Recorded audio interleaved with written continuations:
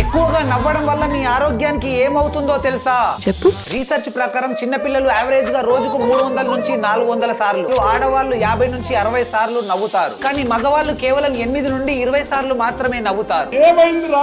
Smile చేయడం వల్ల dopamine, serotonin and endorphin వంటి హార్మోన్స్ రిలీజ్ అయ్యి హ్యాపీనెస్ అండ్ రిలాక్సేషన్ వస్తాయి. ఫోకస్ అండ్ క్రియేటివిటీ పెరుగుతాయి. ఈవెన్ ఫేక్ స్మైల్ చేసినా కూడా మీ బ్రెయిన్ నమ్మి హ్యాపీ హార్మోన్స్ ను రిలీజ్ చేస్తుంది. ఒక చిన్న స్మైల్ కూడా 10 నుండి 12 ఫేషియల్ మజిల్స్ ని యాక్టివేట్ చేస్తుంది.